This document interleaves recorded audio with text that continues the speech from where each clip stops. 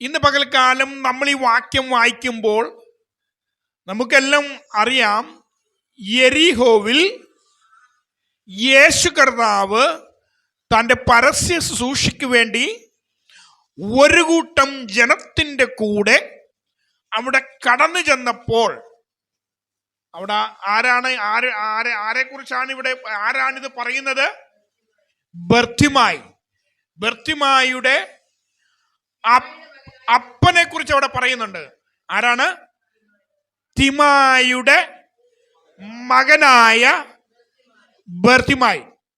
ഇവൻ ജന്മനാ കുരുടനാണോ, അല്ലെങ്കിൽ സാഹചര്യങ്ങൾ അവനെ കുരുടനാക്കിയതാണോ എന്നൊന്നും നമുക്കവിടെ കാണുവാൻ കഴിയുന്നില്ല. പക്ഷെ ഒന്നറിയാം, അവൻ വഴിവക്കിൽ ഭിക്ഷ യാചിച്ചുകൊണ്ട് ഇരിക്കുകയായിരുന്നു. എൻ്റെ മാനുഷികമായ ചിന്തയിൽ ഞാൻ ചിന്തിച്ചപ്പോൾ, ഇവൻ്റെ അപ്പൻ്റെ പേരവിടെ പറയണമെങ്കിൽ ആ ഗ്രാമത്തിൽ അല്ലെ ആ യെരിഹോവിൽ ഇവൻ അറിയപ്പെടുന്നത് ഇവൻ്റെ അപ്പൻ്റെ പേരിലായിരിക്കണം. ഇവൻ്റെ അപ്പൻ അവിടെ ഒരു പേര് കേട്ട ഒരുവനായിരിക്കണം. പക്ഷേ ഈ അപ്പന് ഈ മകനെ ജന്മം കൊടുത്തപ്പോൾ ഇവന് സന്തോഷം തോന്നിക്കാണാം. എന്നാൽ ഇവൻ്റെ പരിമിതികൾ കണ്ടപ്പോൾ അപ്പൻ അത്ര വലിയ സന്തോഷമൊന്നും തോന്നിയില്ല. ഇവൻ്റെ വളർച്ചയിൽ പല ഹോസ്പിറ്റലുകളിൽ പല മരുന്നുകൾ നമ്മളൊക്കെ ചെയ്യുന്നത് പോലെ അലോപ്പതിയും ഹോമിയോപ്പതിയും ഒക്കെ മാറി മാറി നോക്കി ഒരു ഗതിയും പരഗതിയും ഇല്ലാതെ ഇരുന്നപ്പോൾ ഇവനെ അങ്ങ് ഉപേക്ഷിച്ചു. തൻ്റെ മറ്റു മക്കൾ, എൻ്റെ ഭാവനയിലാ പറയാം, നിങ്ങൾ എവിടെ എഴുതിയെന്നൊന്നും ചോദിക്കരുത്, എൻ്റെ ഭാവനയിൽ ഞാൻ പറയുകയാണ്. അപ്പോൾ ഈ അപ്പൻ ഇവന് വേണ്ടതായ പരിഗണനയൊന്നും കൊടുക്കാതെ ഇവനെ തള്ളിക്കളഞ്ഞപ്പോൾ ഇവൻ്റെ ദൈനംദിന ജീവിതം നയിക്കുവാൻ, ഇവൻ്റെ പോക്കറ്റ് മണിക്ക് വേണ്ടി ഇവൻ ഭിക്ഷയെടുക്കുവാൻ തുടങ്ങി. ആ ഭിക്ഷയെടുത്തുകൊണ്ടിരുന്നപ്പോൾ യേശു കർത്താവിൻ്റെ ആ വരവിനെ കുറിച്ചും ഒരു രക്ഷകൻ വരുമെന്നും അവൻ ഈ വഴി വരാറുണ്ടെന്നുമൊക്കെ ഇവൻ ആരോ പറഞ്ഞു കേട്ട ഒരറിവ്, യേശുവിനെ കുറിച്ചൊരു കേട്ടറിവ് മാത്രമേ ഉള്ളൂ ഇന്ന് പകൽക്കാലം ബർത്തിമായിക്കുള്ളത്. ബർത്തിമായി ഈ കേട്ടറിവിന് പ്രകാരം ഓരോ യാത്രകൾ അല്ലെങ്കിൽ ഓരോ ആൾക്കൂട്ടങ്ങൾ കടന്നു പോകുമ്പോഴും ഒരുപക്ഷെ ഇവൻ നിലവിളിക്കുമായിരിക്കാം. ഇവന്റെ സ്ഥിരം പരിപാടിയായി നിലവിളി. അതുകൊണ്ട് ഇവനെ എന്ത് ചെയ്തു? പലരും അമർച്ച ചെയ്തു. എടാ മിണ്ടരുത്, വാ തുറക്കരുത് എന്നൊക്കെ പറഞ്ഞ് ഇവനെ ശാസിച്ചു. ഇവൻ പലരിൽ നിന്നും കരുണ പ്രതീക്ഷിച്ചു. എന്നാൽ അവൻ പ്രതീക്ഷിച്ചിടത്തൊന്നും അവൻ എന്ത് കിട്ടിയില്ല? കരുണ ലഭിച്ചില്ല. ഇന്ന് പകൽക്കാലം ഞാനും നിങ്ങൾ ഇവിടെ ആയിരിക്കുമ്പോൾ പല സാഹചര്യങ്ങളിൽ പലരെ മുൻപിൽ കരുണ ലഭിക്കുമെന്ന് കരുതി നമ്മൾ പോയ സാഹചര്യങ്ങളുണ്ട്. എന്നാൽ ഇന്ന് പകൽക്കാലം ഞാൻ പറയട്ടെ, മനുഷ്യനിൽ നിന്ന് നിനക്ക് ഒരുപക്ഷെ കരുണ ലഭിച്ചെന്ന് വരത്തില്ല. നിന്റെ കുടുംബത്തിൽ നിന്ന്, നിന്റെ സഭയിൽ നിന്ന്, കൂടി നിന്ന് ആരാധിക്കുന്നവരുടെ അടുത്ത് നിന്ന് കരുണ ലഭിച്ചെന്ന് വരത്തില്ല. എന്നാൽ ഇന്ന് പകൽക്കാലം ദൈവവചനം നമ്മളെ ഓർപ്പിക്കുന്നത്, കരുണ തോന്നേണമെന്നുള്ളവനോട് കരുണ തോന്നുന്ന ഒരുവന്റെ മുൻപിലാണ് നമ്മളിവിടെ വന്നിരിക്കുന്നത്. നമ്മുടെ ആഗ്രഹങ്ങൾക്കനുസരിച്ചൊരു പക്ഷേ നമുക്ക് കരുണ ലഭിച്ചെന്ന് വരത്തില്ല. കരുണ തോന്നണമെന്നുള്ള ഒരുവൻ ഇവിടെ നമ്മുടെ മധ്യത്തിൽ കടന്നു വന്നിട്ടുണ്ട്. ഞാൻ പറയട്ടെ, ഇവന്റെ നിലവിളി അത്യുച്ചത്തിലായി. അവന്റെ കൂടിരുന്നവർ അല്ലെങ്കിൽ അവന്റെ കുടുംബക്കാർക്ക് ഇവനൊരു നാണംകേടായി. ഇവന് എൻ്റെ കുടുംബത്തിലുള്ളവനെന്ന് പറയുവാൻ പോലും ഒരു പക്ഷേ ഇവർ നാണിച്ചിട്ടുണ്ടാകാം, മടിച്ചിട്ടുണ്ടാകാം. വല്ലാത്തൊരവസ്ഥയിൽ അവനായിരിക്കുമ്പോൾ ഓരോ ആൾക്കൂട്ടം കടന്നു പോകുമ്പോഴും അവൻ പ്രതീക്ഷയോടെ, ഇന്ന് പകൽക്കാലം നോക്കണേ, അവനൊരു പ്രതീക്ഷയുണ്ട്, എനിക്കൊരു കരുണ ലഭിക്കുമെന്ന്. നമ്മൾ പലപ്പോഴും കണ്ടുകൊണ്ടാണ്, പ്രതീക്ഷയ്ക്ക് വേണ്ടി കണ്ടുകൊണ്ടാണ് പലരുടെയും മുൻപിൽ പോകുന്നത്. പലരുടെ സാഹചര്യങ്ങൾ നോക്കി, അവരുടെ സ്റ്റാറ്റസ് നോക്കി നമ്മൾ അവരോട് കരുണയ്ക്കായി അടുത്തു ചെല്ലുമ്പോൾ ഇന്ന് പകൽക്കാലം ഇവന് കണ്ടറിവില്ല, കേട്ടറിവ് മാത്രമേ ഉള്ളൂ. ഇവനൊരു കേട്ടറിവുണ്ട്, ഒരു രക്ഷകൻ വരും. കരുണ തോന്നുന്ന ഒരുവൻ ഈ യെരിഹോവിൽ എത്തിയിട്ടുണ്ട്. ഇവന്റെ ആശ, അവൻ എൻ്റെ അടുക്കൽ വരും, അവൻ അങ്ങനെ നിന്ന് ഓരോ നിമിഷവും അവന്റെ കാതുകളെ കൂർപ്പിച്ചിട്ട് ഇവൻ കരുണയ്ക്ക് വേണ്ടി നിലവിളിക്കുകയാണ്. പകൽക്കാലം ഈ സമയത്ത് എൻ്റെ കഴിഞ്ഞ കാല ജീവിതത്തിലേക്ക് ഞാനൊന്ന് ഓർത്തു. ഞാൻ വിദ്യാഭ്യാസം ഒന്നും വലുതായിട്ട് ചെയ്യാത്ത ഇങ്ങനെ ഇരുന്നപ്പോൾ എവിടെയെങ്കിലും ഒരു ജോലി ലഭിക്കണമെന്ന് കണ്ട് പലരുടെയും മുൻപിൽ ഞാൻ പോയി മുട്ടിയിട്ടുണ്ട്. എങ്ങനെയെങ്കിലും എനിക്കൊരു ജോലി ലഭിക്കണം. പോകുന്നവരെല്ലാം പറയും, കേൾക്കുന്നവരെല്ലാം പറയും, വിദ്യാഭ്യാസം ഇല്ലാത്തവൻ, നിനക്ക് ടാപ്പിങ്ങോ വണ്ടിയെ കിളിയായിട്ട് നടക്കാനോ അല്ലെങ്കിൽ കല്ല് ചുമ്മാനോ ഒക്കെ ഉള്ളൂ യോഗ്യതയുള്ളൂ, കാരണം നിനക്ക് വിദ്യാഭ്യാസമില്ല. അങ്ങനെ ഇരിക്കുമ്പോൾ ഞങ്ങളുടെ വീടിൻ്റെ അടുത്തുള്ള ഒരു സഹോദരൻ വന്ന് പറഞ്ഞു, എനിക്ക് ടയറിൻ്റെ പഞ്ചർ കട പൂനെയിലുണ്ടെന്ന് പറഞ്ഞു. പഞ്ചർ കട പൂനെയിലുണ്ട്. അപ്പം പഞ്ചർ ഒട്ടിക്കാനും വണ്ടിയുടെ അടി കയറി ടയർ അഴിക്കാനും ഒന്നും വലിയ വിദ്യാഭ്യാസം വേണ്ട. അപ്പം നിന്നെ ഞാൻ എന്ത് ചെയ്യാം, ഈ വേക്ക് പോകുമ്പോൾ ലാൽ ബ്രദർ എന്നോട് പറഞ്ഞു, എല്ലാം റെഡിയാക്കി വെച്ചോ, നമുക്ക് നാളെ രാവിലെ പോകാമെന്ന് പറഞ്ഞു. അപ്പോൾ ഞാൻ വീട്ടിലുള്ള കാര്യങ്ങളൊക്കെ എല്ലാവരോടും പറഞ്ഞ് ഭയങ്കര സന്തോഷം. പൂനെക്ക് പോകുക, പത്തനംതിട്ട ജില്ലയ്ക്ക് വെളിയിൽ പോയിട്ടില്ലാത്ത ഞാൻ നാളെ പൂനെക്ക് പോവുകയാണ്. അപ്പോൾ ഞാൻ സന്തോഷത്തോടെ എല്ലാവരോടും വിളിച്ചു പറഞ്ഞു, എനിക്ക് ജോലി കിട്ടി, ഞാൻ പൂനെ പോകുക, ടയർ കമ്പനിയിലാണ് ജോലി എന്നൊക്കെ പറഞ്ഞു. ഇവൻ്റെ മമ്മിയുടെ അനിയത്തി എല്ലാം കൂടെ എനിക്കൊരു ബാഗ് കൊണ്ട് തന്ന്, അപ്പം കുറേ പേരൊക്കെ കൊണ്ടുവന്ന് കൈമടക്കെ തന്ന് ഇങ്ങനെ ഞാൻ പോകാൻ സന്തോഷത്തോടെ ഇരിക്കുമ്പോൾ ഒരു സന്ധ്യയായപ്പോൾ 9 മണിയായപ്പോൾ, നാളത്തെ രാവിലെ 6 മണിക്കത്തെ ട്രെയിന് പോകണം. അപ്പോൾ ഒരു 9 മണിയായപ്പോൾ ഈ ചെറുപ്പക്കാരൻ എന്നോട് വന്ന് പറയുകയാണ്, എടാ ഈ വേക്ക് പറ്റത്തില്ല, അടുത്ത വേക്കാകട്ടെ. കാരണം വേറൊന്നുമല്ല, അച്ചപ്പട്ടം പഠിക്കാൻ പോയ അവൻ്റെ അമ്മയുടെ സഹോദരിയുടെ മകൻ അവിടെ വീടി വലിച്ചെന്നോ എന്തോ പറഞ്ഞ് സെമിനാരിൽ നിന്ന് പുറത്താക്കി. അപ്പോൾ അവന് നാട്ടിൽ നിൽക്കാൻ കെണിയില്ലാതെ വന്നപ്പോൾ അവനെ കൊണ്ട് എനിക്ക് പകരം എന്ത് ചെയ്യുക, അവനെ.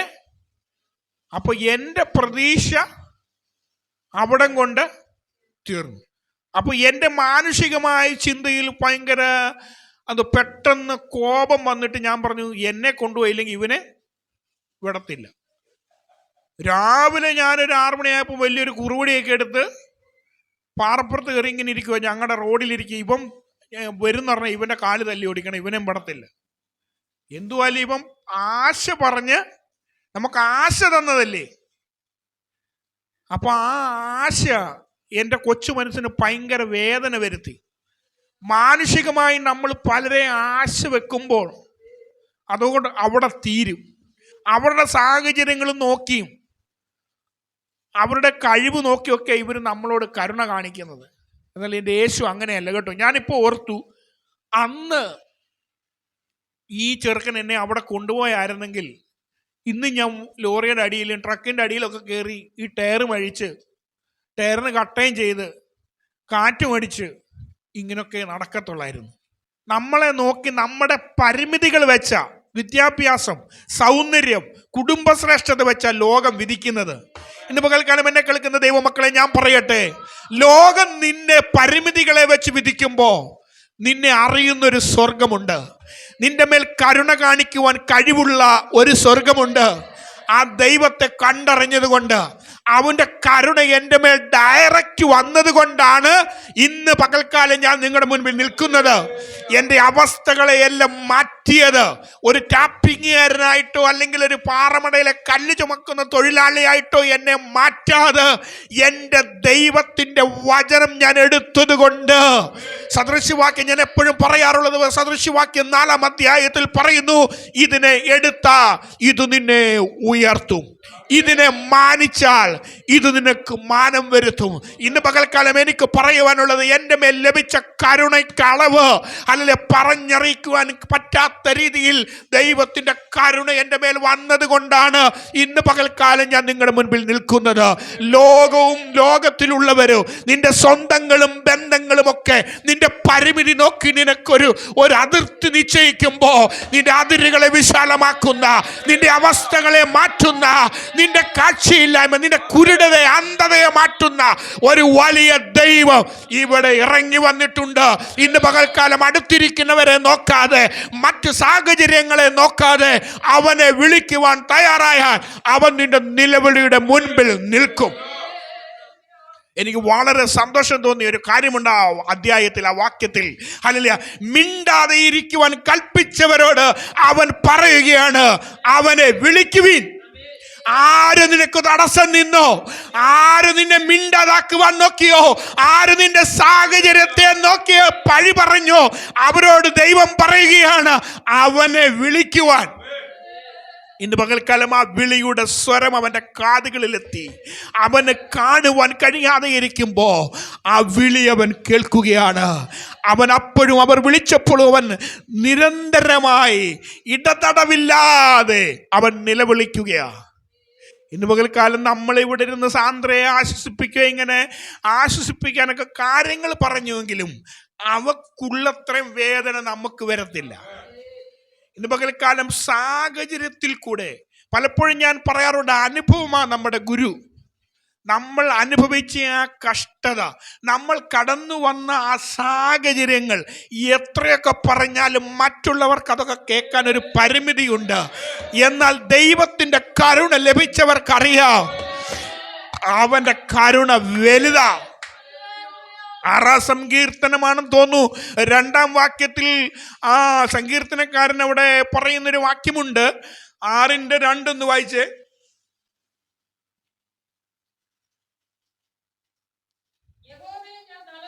യഹോവയെ ഞാൻ തളർന്നിരിക്കുന്നു, എന്നോട് കരുണയുണ്ടാകണമേ. ഇന്ന് പകൽക്കാലം തളർന്നിരിക്കുന്നവർക്ക്, അല്ലെങ്കിൽ ആശ്വാസമില്ലാതെ ഇരിക്കുന്നവർക്ക്, ദുഃഖത്തിലായിരിക്കുന്നവർക്ക്, പലരെയും ആശ്രയം വയ്ക്കുവാൻ ഒരു പക്ഷേ നിനക്ക് പ്രതീക്ഷയുണ്ടാകാം. എന്നാൽ ഇന്ന് പകൽക്കാലം സങ്കീർത്തനക്കാരൻ പറയുകയാണ്, ചുറ്റുവട്ടങ്ങളിലുള്ളവർക്കൊക്കെ എൻ്റെ തളർച്ചയെ മാറ്റുവാൻ ഒരു പക്ഷേ കഴിയുമായിരിക്കാം.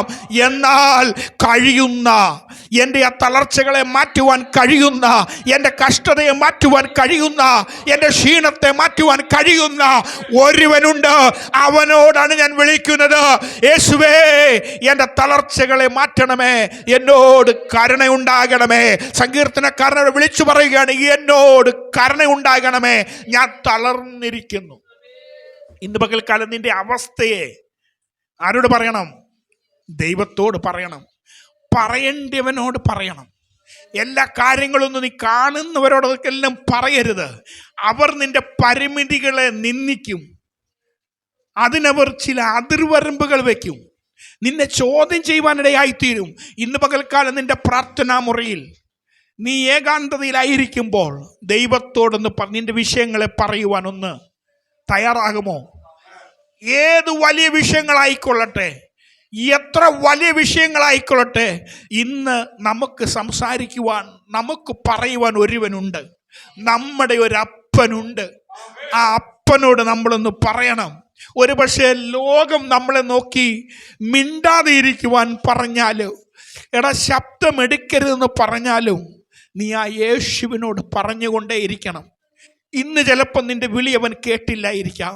ഒരു പക്ഷേ നാളുകളായിട്ട് നീ പലപ്പോഴും നീ ചിന്തിച്ചിട്ടില്ലേ, ഇതുവരെയായിട്ട് ഞാൻ വിളിച്ചിട്ടും ഇങ്ങനെയൊക്കെ ഞാൻ പ്രാർത്ഥിച്ചിട്ടും മറ്റുള്ളവർ പ്രാർത്ഥിക്കാത്തതുപോലെ അല്ല, മറ്റുള്ളവർ ചെയ്യുന്നത് പോലെയല്ല, അതിലുപരിയായിട്ട് ഞാൻ പ്രാർത്ഥിക്കുന്നുണ്ട്.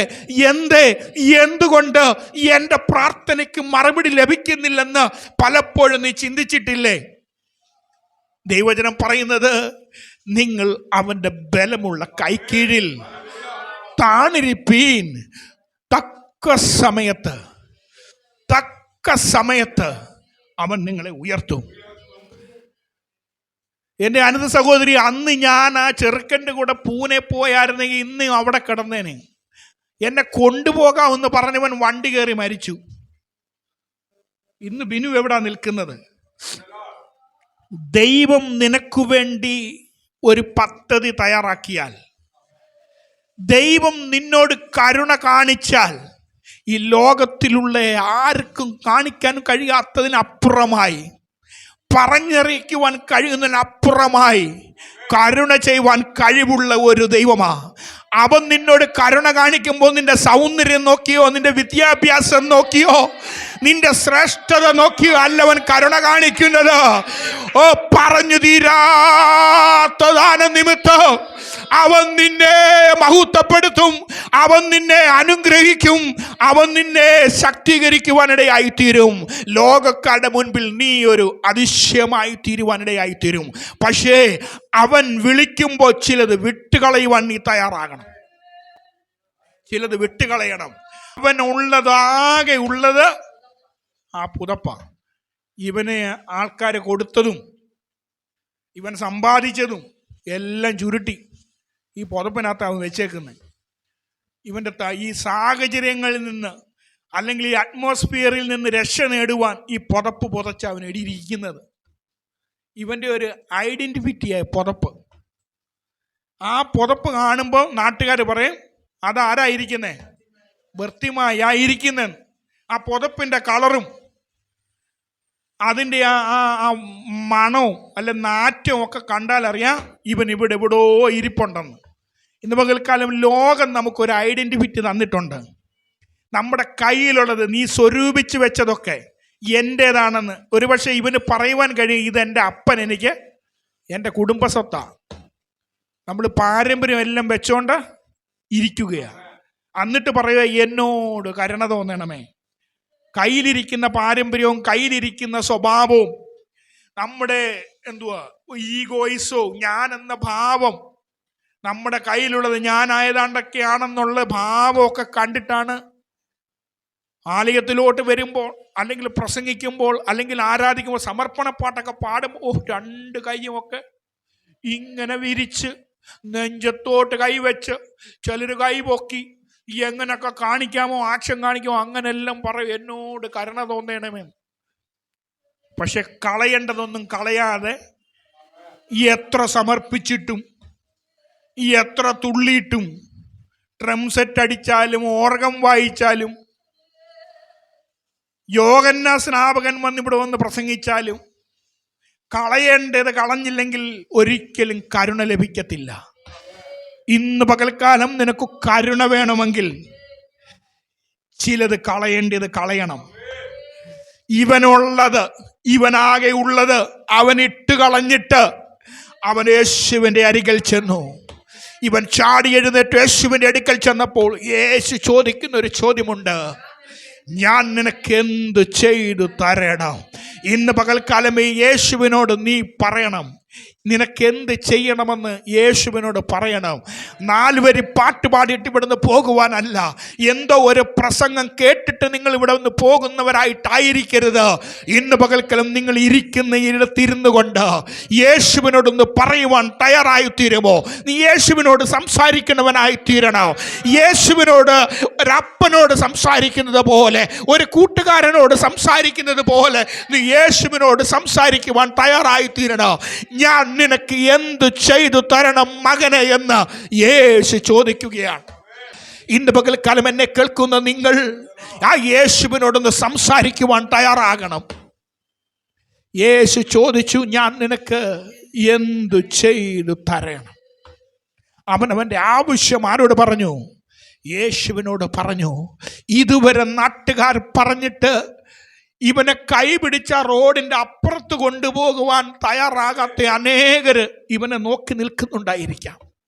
ഇവൻ എന്തു സംഭവിക്കുമെന്ന് ഒരുപക്ഷെ പലരും, ഇവൻ്റെ അപ്പൻ പോലും അവിടെ വീക്ഷിച്ചു കൊണ്ടിരിക്കുകയായിരിക്കാം.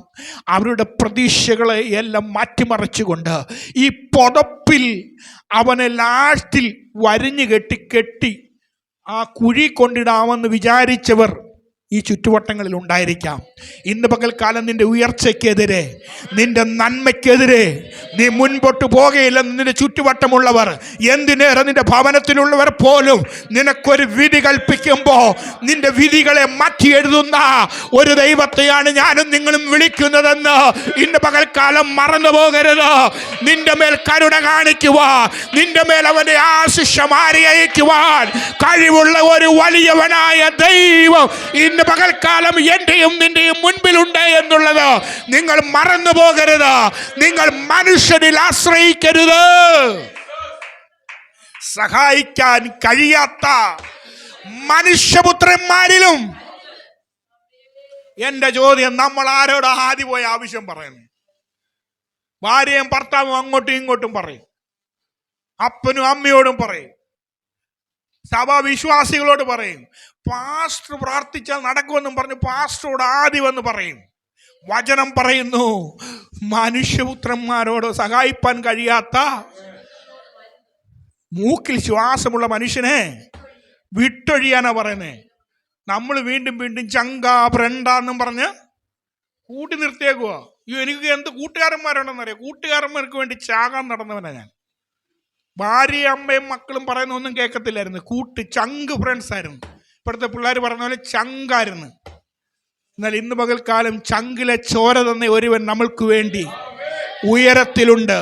ചങ്ക എന്ന് പറയുന്ന ചങ്ക് ഫ്രണ്ട്സൊക്കെ മാറിപ്പോകുമ്പോ നമ്മൾ വാട്സപ്പിൽ എന്നും ചങ്കിൻ്റെ സ്റ്റാറ്റസും ഇതൊക്കെ ഇടുമ്പോൾ ഈ സ്റ്റാറ്റസ് ഇടുന്ന ചങ്കുകളൊക്കെ സാഹചര്യം വരുമ്പോൾ മാറിപ്പോകും.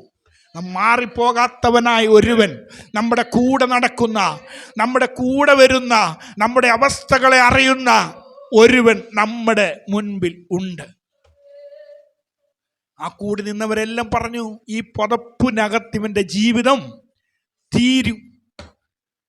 എന്നെ നോക്കി പറഞ്ഞ, അയ്യോ ഇവൻ ആരുടെയെങ്കിലും പിച്ചാത്തുപിടിയിൽ തീരും, നശിച്ചു പോകുമെന്ന് ലോകം നിനക്കൊരു വിധി എഴുതുമ്പോൾ ലോകത്തിൻ്റെ വിധി, അവരുടെ മനുഷ്യൻ അവൻ്റെ കണ്ണിന് മുൻപിലുള്ളത് കാണുന്നു.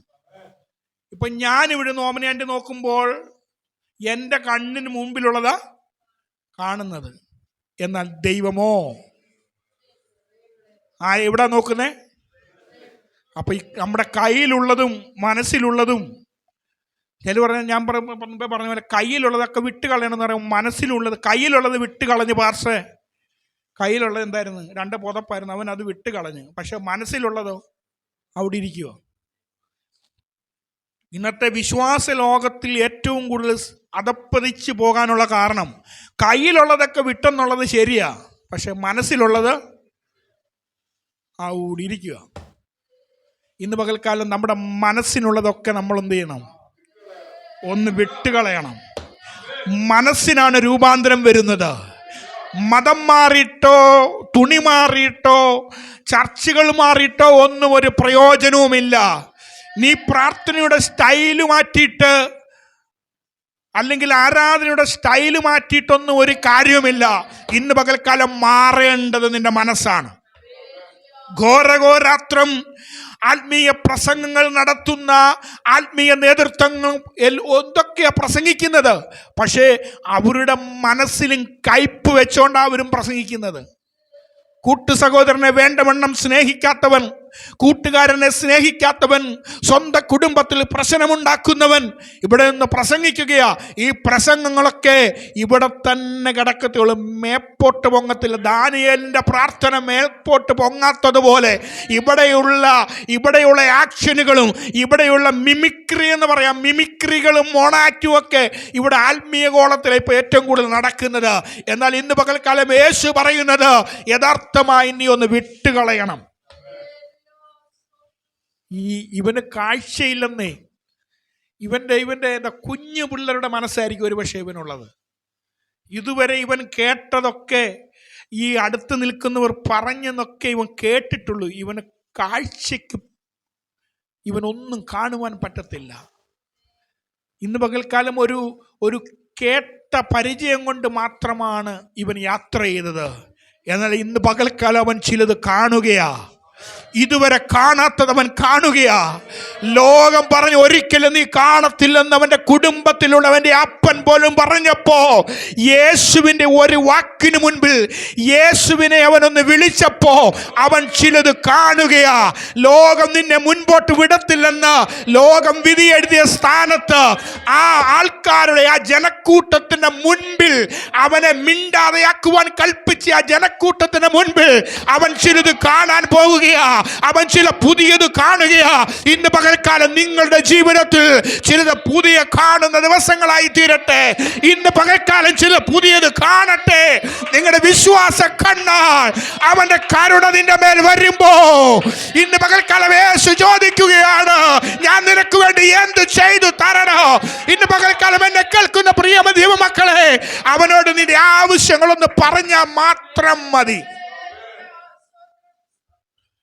വീടുകൾ കയറി ഇറങ്ങി, ഹോസ്പിറ്റലുകൾ മാറി മാറി കയറി ഇറങ്ങി, പല ഡോക്ടർമാരെയും മാറി മാറി നമ്മൾ കണ്ടില്ലേ?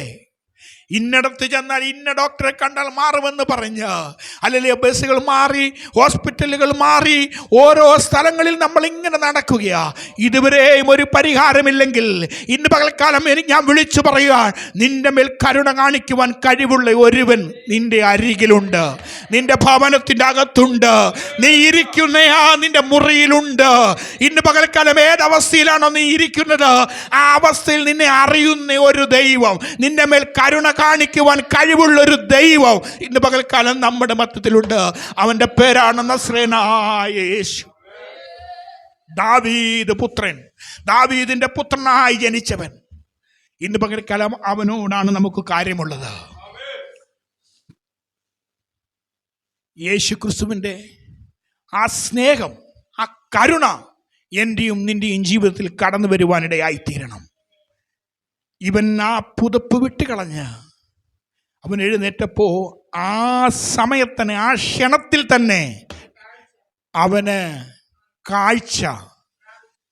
ഇന്ന് പകൽക്കാലം വർഷങ്ങളായി, നാളുകളായി നീ പ്രാർത്ഥിക്കുന്ന വിഷയത്തിൻ്റെ മുഖത്ത് ആർക്കും നിന്നോട് കരുണ തോന്നാതെ ഇരിക്കുമ്പോൾ, ആ യേശു ക്രിസ്തുവിൻ്റെ കരുണ എൻ്റെ മേൽ ഇറങ്ങണമേ എന്ന് ഇന്ന് പകൽക്കാലം നിനക്കൊന്ന് പ്രാർത്ഥിക്കുവാൻ തയ്യാറാകുമോ?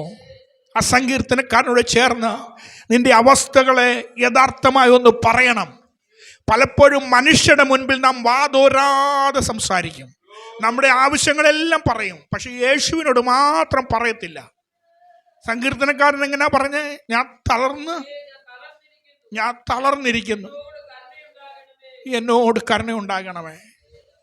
ആരാധനയ്ക്കൊക്കെ പല സഭകളിൽ പോകുന്നതുകൊണ്ടറിയാം, ആരാധനയ്ക്ക് ചിലരൊക്കെ വന്ന് ഭയങ്കര മസിൽ പവറോടുകൂടെ ഇരിക്കുന്നത്. എനിക്ക് ഏതാണ്ടൊക്കെ ഉണ്ടെന്നുള്ള രീതിയിലാണ് എല്ലാവരും ഇരിപ്പങ്ങനാ. എനിക്ക് ഏതാണ്ടൊക്കെ ഉണ്ട്. എന്നാൽ ഇവിടെ ഈ സങ്കീർത്തനക്കാരൻ പറയും, ഞാൻ തളർന്നിരിക്കുകയാണ്, എൻ്റെ ഹൃദയം നുറുങ്ങിയിരിക്കുകയാണ്. ചിലർ പറയത്തില്ലേ, എനിക്ക് ഭയങ്കര വിഷമം, പക്ഷെ ഞാൻ മുഖത്തൊന്നും അതൊന്നും പ്രകടിപ്പിക്കത്തില്ല. പ്രകടിപ്പിച്ചു കഴിഞ്ഞാൽ എൻ്റെ പ്രിസ്റ്റേജ് നഷ്ടപ്പെട്ടു പോകും.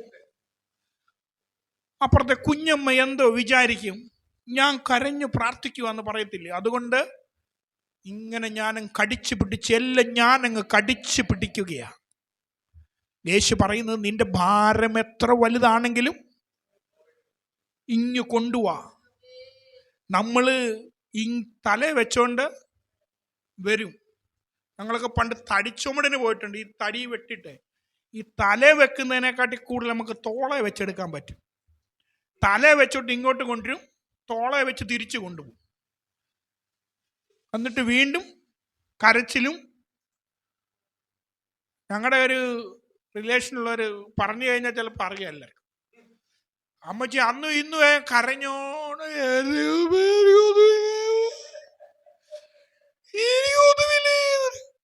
ഇപ്പോഴും അമ്മച്ചി കരച്ച് ആദ്യം വിശ്വാസത്തിൽ ഇറങ്ങിയ അമ്മച്ചിയാ. ആദ്യം ഞങ്ങളുടെ കുടുംബത്തിൽ നിന്ന് വിശ്വാസത്തിൽ ഇറങ്ങിയ അമ്മച്ചിയാ. ഇപ്പോഴും അമ്മച്ചിക്ക് കരച്ചിലേ ഉള്ളൂ, ഒന്നും നേടിയിട്ടില്ല. ഇന്ന് പകൽക്കാലം നമ്മൾ ആരാണെന്നുള്ളൊരു തിരിച്ചറിവ് നമ്മളെ ഭരിക്കണം. എൻ്റെ അപ്പൻ ആരാണെന്നും ഞാൻ ആരെയാണ് വിളിക്കുന്നതെന്നും അവനെ അവസാനത്തോളം കൊണ്ടുപോകുവാൻ ശക്തനാണ്. മസിൽ പവർ കാണിച്ചിരിക്കുന്നവരൊക്കെ ഇടറി വീഴും. എങ്കിലും അവിടെയാണ് വിഷയം. എങ്കിലും എൻ്റെ ദൈവത്തിനു വേണ്ടി കാത്തിരിക്കുന്നവർ, എൻ്റെ ദൈവത്തെ വിളിക്കുന്നവർ, ദാവീദ് പുത്ര എന്നോട് കരുണ തോന്നണമെന്ന് ഇടവിടില്ലാതെ ദേശത്തിൻ്റെയും രാജ്യത്തുള്ളവരും അവനെ അടക്കുവാൻ ശ്രമിച്ചപ്പോൾ, അവൻ ഇടവിടില്ലാതെ നിലവിളിക്കുവാൻ തുടങ്ങിയപ്പോൾ, അവൻ്റെ നിലവിളിക്ക് മുമ്പിൽ നിൽക്കുമ്പോൾ ഇവിടെ ബാല്യക്കാർ ക്ഷീണിച്ചു പോകും, ജിമ്മിൽ പോയി മസിൽ പരിപ്പിക്കുന്നവരൊക്കെ തളർന്നു പോകുമെന്ന്. എന്നാൽ യഹോവയെ കാത്തിരിക്കുന്നവർ, എൻ്റെ ദൈവത്തിനു വേണ്ടി കാത്തിരിക്കുന്നവർ, ഇന്ന് പകൽക്കാലം വീട്ടിലെ പണികൾ മാറ്റിവെച്ചിട്ട് ഹോസ്പിറ്റലിൽ തന്റെ മകൻ കടന്നിട്ട് ഇവിടെ ആരാധനയ്ക്ക് കടന്നു വരുവാൻ കാണിച്ച ആ പ്രാഗൽഭ്യമുണ്ടല്ലോ, അതിന്റെ മുൻപിലുണ്ടല്ലോ എന്റെ ദൈവം പ്രവർത്തിക്കോ. യഹോവയെ കാത്തിരിക്കുന്നവർ ശക്തിയെ പുതുക്കും. അവരെ കഴുകന്മാരെ പോലെ ചിറകടിച്ച് പറന്നുയരോ. പലരും നിന്നെ ഉയരാതെ ചവിട്ടി താക്കുവാൻ നോക്കുമ്പോ, നീ ദൈവത്തിന് വേണ്ടി കാത്തിരിക്കുമ്പോ നിന്റെ മേൽ അസാധാരണമായ ഒരു കരുണ, അവന്റെ കരുണ നിന്റെ മേൽ വീണ് കഴിഞ്ഞ ആർക്കും നിന്നെ പിടിച്ചു കെട്ടുവാ, ആർക്കും നിന്നെ താഴ്ത്തിക്കളവാൻ കഴിയത്തില്ല. നീ ചിറകടിച്ച് ഉയരുവാൻ തുടങ്ങൂ. ഉയരങ്ങളിലേക്ക് നീ കൂടുമാറി ഉയരങ്ങളിലേക്ക് പറക്കുവാൻ ഇടയായി തീരൂ. ഇന്ന് പകൽക്കാലം ഒരു ദിവസം കണ്ണുകൾ അടയ്ക്കുമോ, പ്രാർത്ഥിക്കുവാൻ കഴിയുമോ? പലരും ഉയർത്തുകയില്ലെന്ന് വാതുകെട്ടുമ്പോ, പലരും നിനക്ക് ഗുണം പഠിക്കത്തില്ലെന്ന് നിന്റെ മുഖത്ത് നോക്കി നിന്നെ ആശ്രയിക്കുമ്പോ, നിന്റെ മുഖത്ത് നോക്കി നിന്റെ കുടുംബത്തിനുള്ളവർ ഇവിടെ നോക്കിയ സ്വന്തം അപ്പൻ പോലും തള്ളിക്കളഞ്ഞപ്പോ അവൻ ലജ്ജ കൂടാതെ ദൈവത്തോട് നിലവിളിച്ചു, ദാവീദ് പുത്രാ എന്നോട് കരുണ തോന്നണമേ. ഇന്ന് പകൽക്കാലോ നീ വിളിക്കുന്ന ദൈവം നിന്റെ പ്രശ്നത്തെക്കാൾ വലിയവനാ. നീ വിളിക്കുന്ന ദൈവം നിന്റെ എല്ലാ വിഷയങ്ങളെക്കാളും വലിയവനെയാ നീ വിളിക്കുന്നത്. ഇന്ന് പകൽക്കാലം നിന്റെ വിഷയത്തെ, നിന്റെ രോഗത്തെ, നിന്റെ പ്രശ്നത്തെ നീ വലിയതായി കാണരുത്. ഇന്ന് പകൽക്കാലം അതിനെക്കാട്ടും വലിയവ, അതുക്കും മേലെയുള്ളവ ഇന്ന് പകൽക്കാലം ഇവിടെ കടന്നു വന്നിട്ടുണ്ട്. ഇന്ന് പകൽക്കാലം നമുക്ക് അവനോടാണ് കാര്യമുള്ളത്. ഇന്ന് പകൽക്കാലം ഹല്ലേലൂയ, അവനോടാണ് നമുക്ക് കാര്യമുള്ളത്.